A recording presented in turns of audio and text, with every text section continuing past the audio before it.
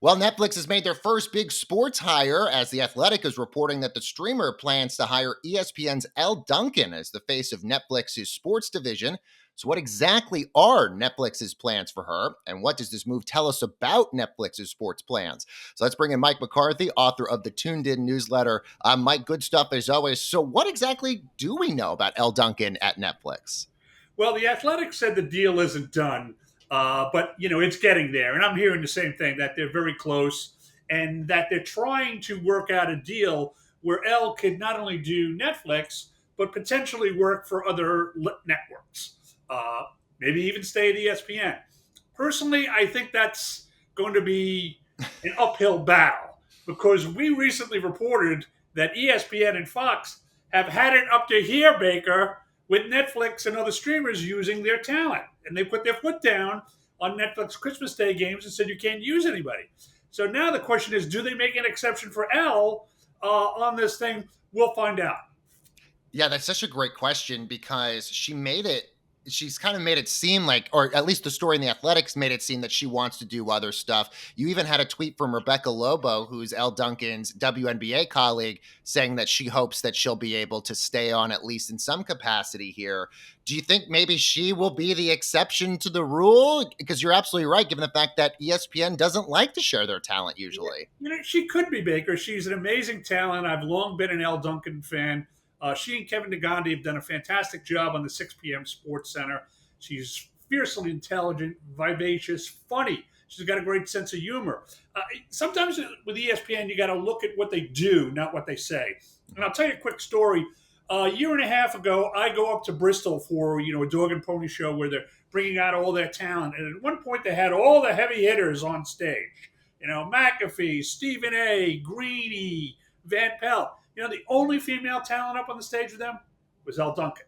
And that told me that day that they really value her. So we'll see. What does her potential hiring by Netflix sort of tell us about the talent maybe that they're looking to hire here? I mean, there had been reports that they were also interested maybe in Malika Andrews, but does this sort of give us an idea of who they're looking to hire? Well, it shows me that they're taking the final step into becoming a true sports broadcaster, right? Netflix and Amazon, they both entered the market the same way. You know what I mean? An event here, an event there. They borrowed talent. They hired somebody else to do the production.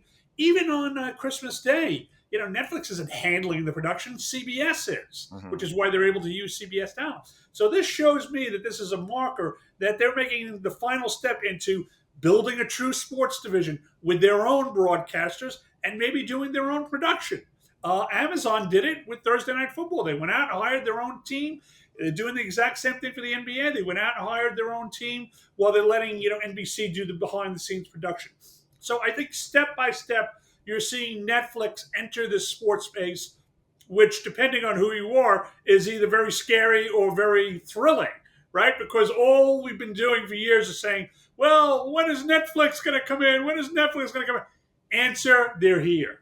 Yeah, such a great point, Mike. And I want to sort of go in a little bit more on this detail because I'm curious, what are their sports ambitions? Obviously, Amazon has the NBA, the NFL, and so many weekly sports rights. Netflix is sort of given the idea that they like solo off, one-off events like they're going to be getting with the Home Run Derby and a bunch of other the Netflix Christmas Day games.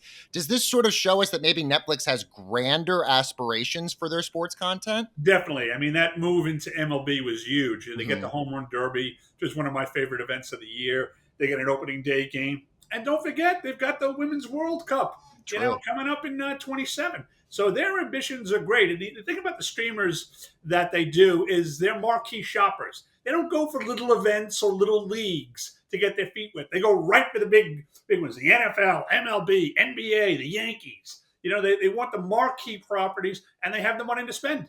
Well, to that point, what sports rights are available then for them to continue to snatch up? Because we know, the NFL rights potentially could come up again in the next couple of years. We know Major League Baseball is up in a couple of years, but most sports rights I feel like are taken already off the table. Baker, that is such a great point, and you're 100% right. But let me give you an idea that I'm hearing that'll blow your mind a bit, if I may. You know what I mean? What do you do when there's no sports rights available if you're a streamer? Make your own. Yeah, and you've got a $1 trillion valuation. You go buy a legacy Oh, media yep, company and you inherit their sports true. rights. Yep. That's what I think this world is coming to, Baker. I think you're going to see a Google, a Netflix, YouTube, even Amazon go after a Warner Brothers Discovery, scoop them up, and just say to the leagues, "Hey, is it okay if we continue to have these rights?" The leagues will be all for it, right? Because they love being in business with these billion-dollar companies. And that, I think, is where this business is going to go. I think it's going to be a business of consolidation and acquisition as much as going to be about picking up media rights. Yeah, and you made a great point about the Warner Brothers Discovery rights. Reportedly, Netflix, one of 3 companies who have at least placed a bid for Warner Brothers There Discovery, you go. which could then fold in TNT or anything else like that. There also have been stories that Netflix have been signing podcasters, podcast shows. They have a deal with The Ringer. It sounds like Bill Simmons' podcast might go to Netflix. Do we expect maybe Netflix to sign more of those sports podcast shows, and that kind of sort of surrounds the sports coverage that they would have with an Elle Duncan? Again, I think you should expect them to expand everywhere in sports. And again, the fact that they're starting with Simmons, Mhm. who's had one of the most popular sports podcasts for 15 years, shows you what they do. They don't deal with little people anymore. You know what I mean? They're not going to deal with some up and comer. You know what I mean? They want the ability to buy the best. It's like a millionaire. You know what I mean? Who goes on the lot to look for a new car. You know what I mean? He's not looking at a Ford. He wants a Maserati. They go for the Maseratis. Yeah, great point. Let's talk about ESPN here. Obviously, Elle Duncan has been at ESPN for 10 years. Sorry, She's Ford, been if you're an advertiser, by the way. yes. No, you're true. They're not watching this show, by the way, Okay. Mike. So let's talk about ESPN. Obviously, Elle Duncan losing her would be a huge loss for them, given the fact that she has hosted the 6 p.m. Sports Center with Kevin Nagandi for about 5 years now. There was reports that Malika Andrews was Netflix had talked to her, but she stayed at ESPN and likely has a larger role here. What do you think ESPN does if they lose Elle Duncan? Do you see maybe Malika Andrews getting a bigger role? Yes, but look, you can't sugarcoat it. She would be a huge loss for them. But the saying about ESPN is the same about the Yankees. They don't Yes. rebuild; they reload. You know what I Yes. mean? You could literally staff 2 new sports networks with the amount of ex ESPNers who are out there. You know what I Mhm. mean? Thriving. They just reload. You know what I mean? They have such a deep bench of talent, and I think there's so much interest right now in the WNBA and women's college basketball that they'll find the right thing. What I'm hearing is there's not going to be any rush on this, Baker. It's going to be like Molly Karam Part Two, Mhm. right? They'll audition some people, maybe even bring in an outsider or two for a hit. See who comes up first in the ratings, and then make the hire like they did with Shea Cornett.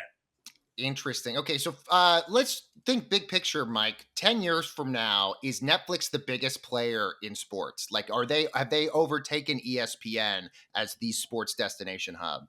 No, I don't think so. I think they're going to be much more selective. I think the days of being, everything for everybody like ESPN was serving sports fans all over are kind of over. I think the streamers, as I say, are selective and picky. They only want the biggest leagues and the biggest events. They want to do, home run derby, not the new wiffle ball startup league. Mhm. Really interesting to see what's going to happen here, Mike. Good stuff as always. By the way, you can sign up for Mike's amazing Tuned In newsletter over at frontofficesports.com. Mike, thank you so much. Thanks, Baker.